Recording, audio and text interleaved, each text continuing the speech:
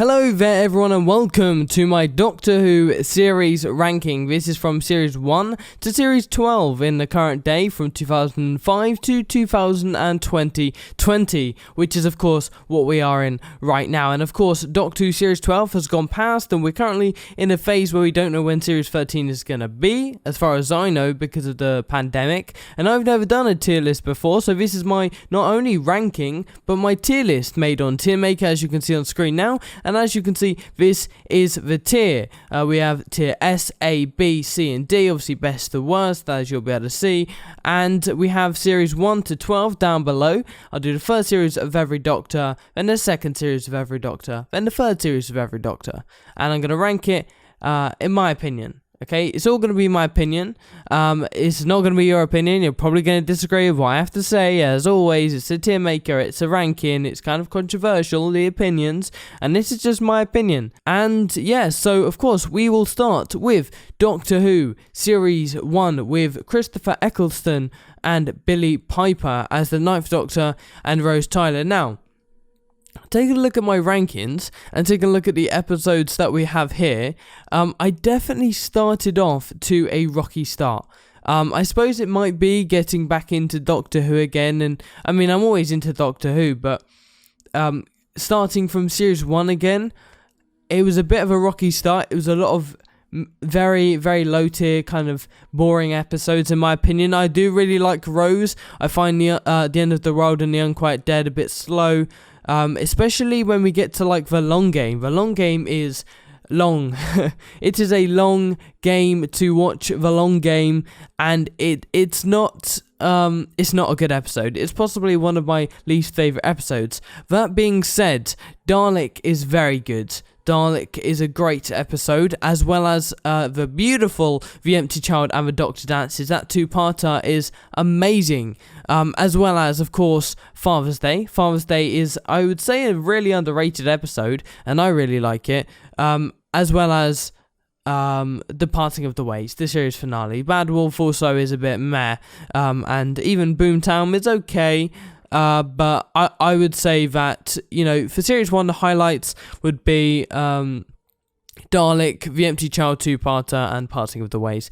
And therefore, because of the ups and downs, I'm probably going to rank or tier Doctor Who Series 1 at B tier. I think that's probably fair. Now, I could rank that down to C tier, although B tier is kind of average, it's good.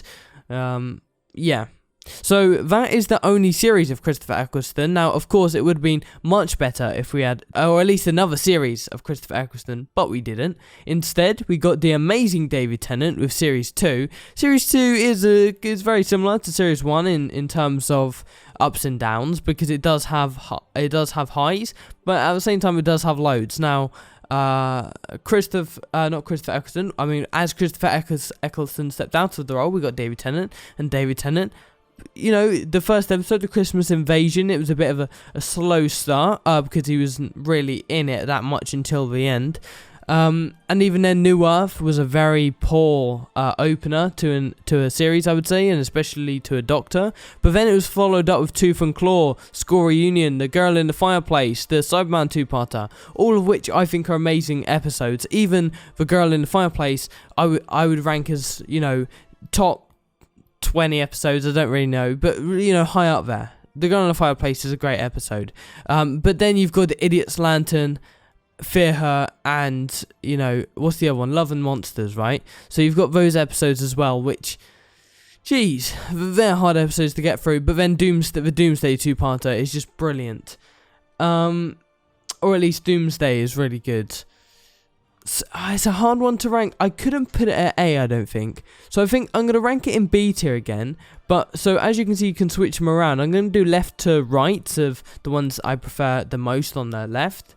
So we do it like that. Because I do prefer Series 2 to Series 1 by probably a lot. But in terms of future seasons, I probably still would put them in A and S. And talking about future seasons, we will now talk about the first series for Matt Smith, being Series 5. Now, Series 5 is a pretty easy one for me, because I thought it was amazing. There are, again, a few lows, but they're not nearly as lows as Series 1 and 2. So for me, the worst episode in this season is The Beast Below.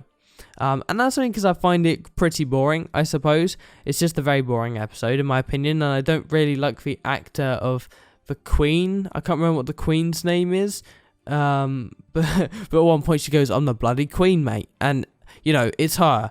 And I don't think she's a very good, you know, the actress didn't portray the role very good, and the writing I don't think was great either, but it kicked off with the 11th hour, which is amazing, as well as the Time of the Angels on Flesh and Stone, again amazing. And then there's other episodes like the Vampires of Venice and Amy's Choice I still find very entertaining.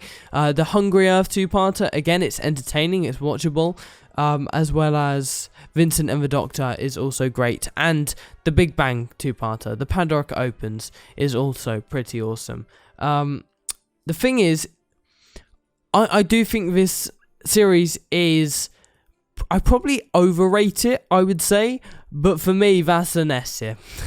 It's an S tier. And the reason why it's an S tier is the 11th hour, I thought, is amazing, and even rewatching that, it's just a brilliant opener to a Doctor. And the Big Bang 2-parter is just beautiful. It's just beautiful. So yeah, I would say S tier. So I do apologise if, of course, you don't think it's as good as my opinion. Moving on, Peter Capaldi is the next Doctor, and that is for Series 8. Now, again, I probably prefer the Peter Capaldi run than most people.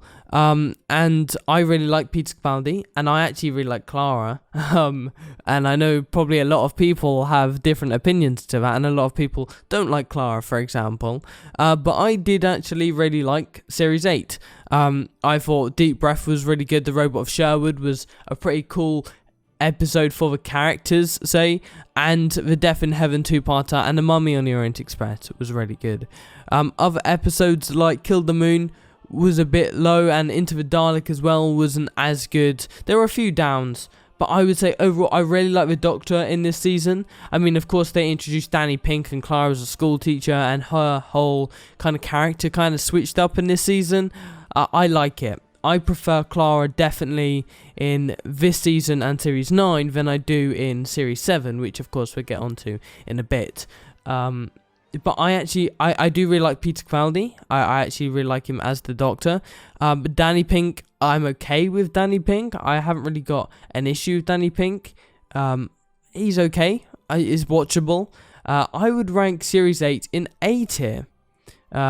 Definitely A tier, because I think it does have some pretty high episodes, although it doesn't have... So, for example, Series 2's highs, Doomsday, is much better than Series 8's highs, which is like Death in Heaven. But I think Series 8 is a lot more concrete and...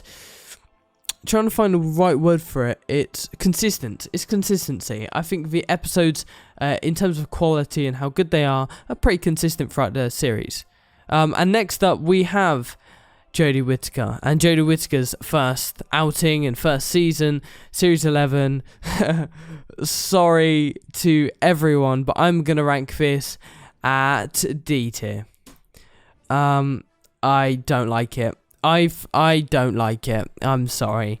I don't like, you know, the writing, the Doctor. I don't like Yasmin. I don't like Graham.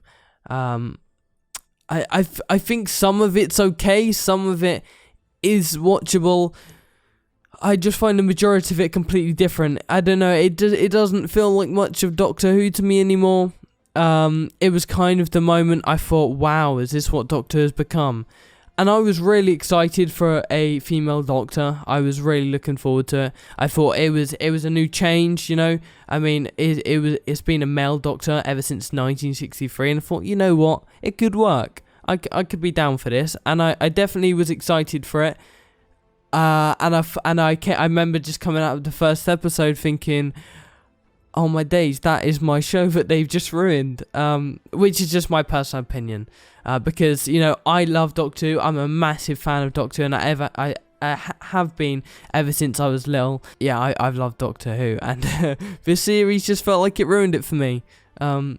You know, not really much I can say about it. I mean, in terms of the episodes, I would say the first episode, The Woman That Fell to Earth, is probably the best. Even then, all the episodes I would say are pretty forgettable. Yeah, there's not really much else I can say about it. That's at D tier. Sorry, guys. So next we're going for the second outing of each Doctor, and we'll speed it up a little bit more because we're on the clock. And this is series 3, and it's the second series of David Tennant because of course Christopher Eccleston never got his second season. And series 3, I think, looking back at series 3. I thought it was good.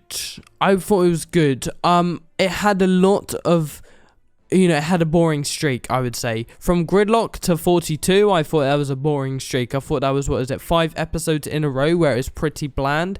And before it was Smith and Jones and the Shakespeare's Code, which I find okay. I find it watchable. I find it entertaining. I don't find it amazing. I thought The Runaway Bride was really cool, although that was obviously the Christmas special.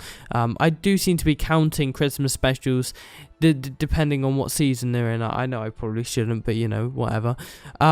Although, I would say the majority of Series 3 is pretty slow, and it can get pretty boring. But for Family of Blood and Human Nature, that two-parter, I think is amazing. Blink is, up there as one of the best episodes in Doctor Who. And then the Utopia, the Son of the Jumps, and the Last of the Time Lords three-parter is also really good. And of course they brought back Captain Jack Harkness, which is awesome. And the Master, John Simmers, the Master, is amazing. The Toclafane is okay, but the Master himself just coming back is pretty cool. And especially in the Last of the Time Lords, the last episode of the three-parter I think was the best in the three-parter. I would say Blink and the Family of Blood two-parter was probably the best of the season though. I'd probably have to rank series 3 at A or B tier. What should I go for? A or B tier? Now, I know a lot of people probably are really angry that I ranked series 8 that high, and I can already see it. A or B? It's a difficult one, isn't it? Because, for example, I don't think I could rank it higher than Series 2, Although I think Series 2 does have really low points. I might have to... I don't really want to put Series 2 in A tier. Because it's got Idiot's Lantern, Fear Her, and... I think I might have to put Series 2 there and Series 3 there. And I know I'm probably going to get a lot of hate for that, but I do really like The Girl in the Fireplace and Doomsday and, the Satan two-parter and all that stuff in Series 2. It's just the really low ones put it down. I don't know what to do. I'm probably going to have it like that for a minute, and we'll come back to it. Matt Smith's second season. I find this season to probably be the most boring season.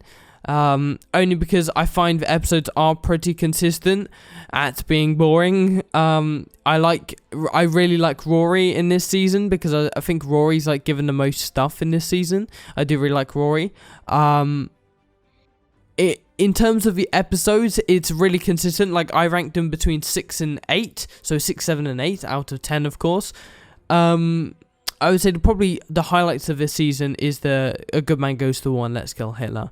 I think just because of River, probably. I mean, in Let's Kill Hitler, of course, River was the highlight. But then in A Good Man Goes to War, I thought that was a good episode as well. And then there's just a few other ones that are in there that are okay, they're watchable, they're entertaining. I just don't think they're amazing. I think a lot of them are forgettable, although I don't forget anything because I'm a big Doctor Who fan, so I don't really forget anything. Yeah, I mean, I would say it's okay. I would probably rank it in C tier though. And the thing is my overall average ranking of this was higher than all 3 of these seasons. But I would probably say it would be there just because of the high points of these seasons are much greater. And now we have Peter Capaldi's second season being season 9. Again, I have very different opinions to everyone else when it comes to Peter Capaldi. I love Peter Capaldi and I really like Clara Oswald, and I know, a lot of people don't agree with that, and that's fine. It's your opinion, it's my opinion, what are you gonna do? I do really like the 2-part Dalek episode. I hate the Sonic glasses, sunglasses, right? I think everyone hates them. although I don't necessarily hate them now, I remember first watching it and thinking, oh my god, what is this that they're showing now? What is this that they have introduced that is completely and utterly terrible? Because it's not the sonic screwdriver. They've just, brushed away the sonic screwdriver and you just put on these sunglasses and that's it. But on the other hand, you kind of accept it the more times you watch it. You're like, oh, okay, well, he does end up getting the sonic screwdriver back again. So, it's a phase. He grows out of it. Okay, so Series 9, the first two-parter, like I said, the Under the Lake and Before the Flood as well, a great two-parter. The Girl Who Died and the Woman Who Lived, as well as the Zygon Invasion, is a bit meh. The Zygon Inversion, on the other hand, the second part to the Zygon episode, I thought was amazing, because especially the Doctor's speech in it, the Doctor's speech was also pretty awesome. And yeah, then you had Sleep No More. Now, Sleep No More, you can sleep on, because it's not a great episode. It's down there with the worst episodes, I would say, in terms of boring episodes. But then you have Face the Raven. Face the Raven was a good outing for Clara, I would say. Now, the majority of episodes is very slow. When you get into the end bit of Clara, I would say it's really good, because especially the emotional pull on Clara and the Doctor is great. I would say Peter Capaldi is just an amazing actor. And then Hellbent, the ending of the three-parter was also, it wasn't as grand as it was supposed to be because of Gallifrey returning and the whole thing with the 50th anniversary, which we'll probably get into in a bit. But I don't mind it necessarily. I think it can be a little boring, but at the same time, it's good. It's definitely better the first time you watch it. I would say the more times you watch it, I think it gets less and less emotional. Heaven Sent, on the other hand, is amazing.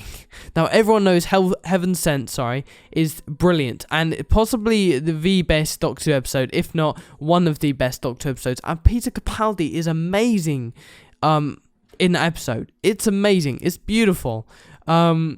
Overall, I would have to rank it in A tier again. In A tier. The thing is I might have to switch around my ranking a little bit, because but the thing is I like Doctor Who so much, where I like a lot of these episodes more than I do these episodes, for example, and some of these more than I do these. So it's a difficult one. It definitely is. We'll review it at the end. But either way, yeah. Doctor Who Series 12, I would say it's better than Series 11, because it brings back some more Doctor Who stuff. I don't like what they've done with the Timeless Children. I just don't like it. I think that they completely ruined the Doctor. I think they completely ruined Gallifrey. I don't understand what the deal was with the Time Lord Cybermen. I have no idea. I don't rate it. I hope Series 13 is better. But yeah, Series 12 is better than Series 11, but still I don't like it. So sorry guys, please don't dislike the video. I mean, you probably already have by now. I wouldn't be surprised. But then you get into the final series for each Doctor. Series 4. Easily the best series of Doctor Who. Easily. Definitely. I think it's not really under debate, right? But everyone probably thinks it's the best series. And if you don't,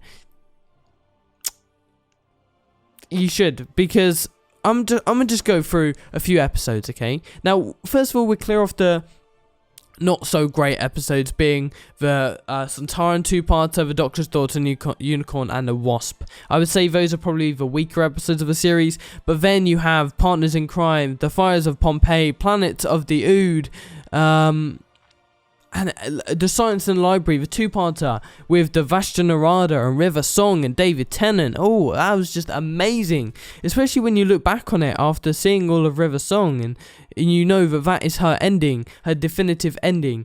It's great. I think it's brilliant. And then, Midnight as well is amazing. I think Midnight is also another one of those really underrated episodes, as well as the final two-part of the Stolen Earth and Journey's End. And personally, I rank the specials with Series 4, and I know I probably shouldn't because it's not technically Series 4, but it's in that kind of like era. So then that's The End of Time Part 1 and 2, which Part 2 I think is amazing. And the only reason I think it's amazing is because of the emotional pull it has with David Tennant. And I think his acting in The End of Time Part 2 is amazing as well. And yeah, Journey's End is just that culmination of like loads of fan service and just, you know, Doctor Who companions and that kind of thing. And I think Donna as well plays a pivotal role in Series 4, and I think she's definitely explored very well, and she's obviously a great companion. Series 7 now, of Matt Smith. Now, Series 7 is also another one of those controversial ones, and I say controversial, it will be controversial in my opinion. I like Series 7. And I'll tell you why I like Series 7, because I grew up, I say grew up with Series 7. Series 7 is one of the ones that I watched a lot as a kid, so I do like Series 7. Now the thing is that I'll just pick up the episodes I like. I really like The Snowmen. I like Rings of Akaten. I like Journey to the Center of the TARDIS, Nightmare in Silver, and The Name of the Doctor. Obviously, I prefer The Name of the Doctor and The Snowmen. They're like highlights of the series, and I suppose they count as Christmas specials. If you wasn't to count the specials, I would rank it here. Okay, no, probably there. Well, no, there. If you wasn't to count the specials, if The Snowman didn't count as Series 7, it would go there. If The Night of the Doctor, The Day of the Doctor, and The Time of the Doctor, it would go there. And that's where I'll leave it, because they shouldn't count. The specials shouldn't count. But if the specials did count, that would be there. Just so you know. If it included The Day of the Doctor and The Time of the Doctor, that would go there. But I'm not going to count the specials, and we'll rank it there. Just for example, even to Series 4 without The End of Time Part 1 and 2, that's still S tier. That's still, you know, God tier Doctor Who. Series 10, I enjoyed Series 10. I thought Series 10 was probably there. Well, there, probably. Series 10 was probably there for me. Now, many people think that Series 10 is the best Peter Capaldi season. I don't think it gets really good at all until the World Enough in Time and the Doctor Falls. The Doctor Falls is an amazing episode, but I think before that, I think Extremis is another highlight. Extremis is also very good, and you know, the others are just a bit boring. But yeah, that is my ranking. Now, this is a long video. I didn't realize this video was going to be 25 minutes plus. But yeah, so in terms of rearranging, personally, if I was just to think by my opinion without looking at each episode, that would go there and that would go there, I would say. And maybe even push it to that going there, like that. I think that would be by my opinion without looking at the episodes.